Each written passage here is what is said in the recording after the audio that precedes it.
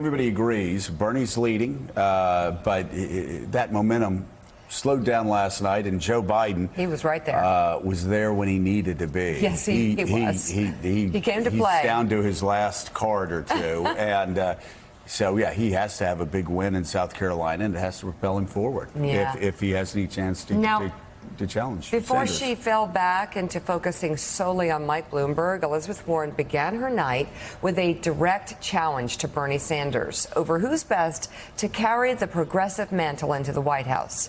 From there, other candidates jumped in to take on Sanders on Russia, electability, and guns. Bernie and I agree on a lot of things, but I think I would make a better president than Bernie.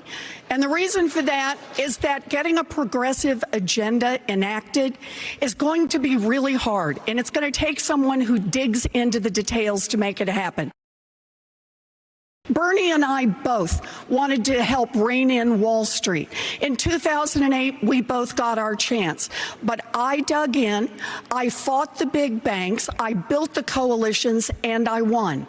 Bernie and I both want to see universal health care. But Bernie's plan doesn't explain how to get there, doesn't show how we're going to get enough allies into it, and doesn't show enough about how we're going to pay for it. I dug in, I did the work, and then Bernie's team trashed me for it. Progressives have got one shot, and we need to spend it with a leader who will get something done. Vladimir Putin thinks that Donald Trump should be president of the United States, and that's why Russia is helping you get elected, so you'll lose to him.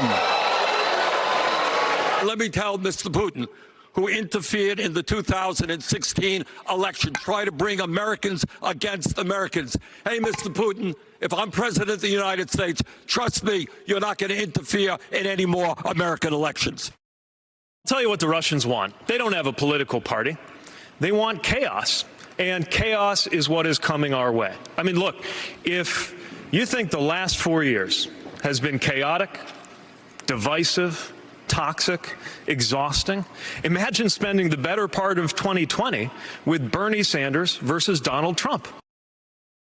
You know, we talk about progressive. Let's talk about being progressive. Walking distance here is Mother Emanuel Church. 9 people shot dead by a white supremacist. Bernie voted 5 times against the Brady bill and wanted a waiting period. No, let me finish. And waited a waiting period of 12 hours. I'm not saying he's responsible for the 9 deaths, but that man would not have been able to get that weapon with the waiting period had been what I suggest until you are cleared. All right, that was tough stuff. John Heilemann, it's interesting.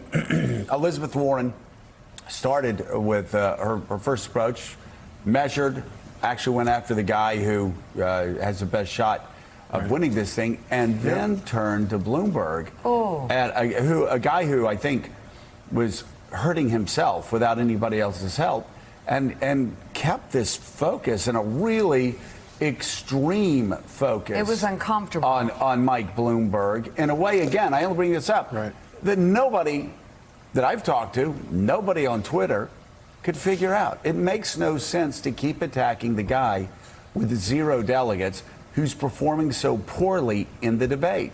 Do you have any insights that we don't? Right.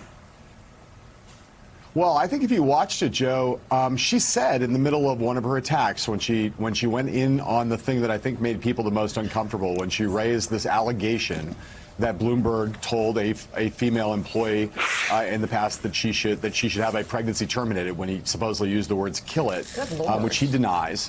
When she told that story, she prefaced it by saying, "This is personal to me." And if you look at the tape, watch it again, you could tell that you could see her emotionalism rise when she says it. She says, "This is personal to me," and then she tells a story about herself, and then she raises that allegation. And I thought it was kind of plain what was going on there, which was that to a large extent, Elizabeth Warren is an incredibly composed debater, and she rarely seems to let her emotions get the better of her on the debate stage. In that moment, it did seem like she was telling us the truth, which is that she feels a personal animus towards Bloomberg on this front. She also mentioned, not just that personal story about her life and in relation to this abortion question, she also mentioned that Bloomberg at some point had backed Scott Brown in the race, in her Senate race. And she mentioned it in passing that Bloomberg, as she was going through various Republicans who Bloomberg had backed, those are politically damaging critiques or allegations, not allegations, charges against Bloomberg, facts. But those two things felt to me like they were a key to understanding what's going on with Elizabeth Warren and Mike Bloomberg. She does I understand really that, see a personal thing here. We all. Do I think it's strategic? I don't. We all have people who have tried to kill us politically. If you ever get into politics, I know. The people who tried to kill me politically and were the nastiest to me during campaigns, they're the first people I called up after the campaigns were over. Like you see it time and again, where people are trying to beat other people in this race or that race. I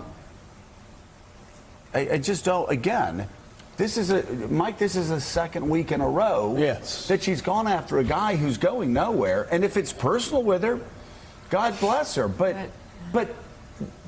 if you want to win, you don't go after the guy that's going to have 0 delegates. You go after the guy who seems to be the unstoppable freight train. If it's just personal, go at it. But she's wasting a lot of time and wasting a lot of effort if she wants to be the next president of the United States. Well, she does want to be the next president of the United States. Does she want to make a point, or does she want to win? Well, that's an interesting question. I've watched her for several years now, since prior to her becoming a candidate for the United States Senate against Scott Brown. She is a skillful, highly disciplined debater. Maybe the best debater, certainly on that stage. Pete Buttigieg is very good, but Elizabeth is highly disciplined. Yet in this case now, twice, with Mike Bloomberg to her right, both times, her discipline disappears. It leaves her. And I think it's her utter contempt for Mike Bloomberg that causes her to do this. See, I disagree with you and John. I don't think at this stage, for a woman who's run as disciplined a campaign as she has run, I don't think that she just can't control herself. I think she knows exactly what she's doing. She has a strategy. She has a reason she's doing this. I just can't figure it out. It's not. Thanks for checking out MSNBC on YouTube, and make sure you subscribe to stay up to date on the day's biggest stories. And you can click on any of the videos around us to watch more from Morning Joe and MSNBC. Thanks so much for watching.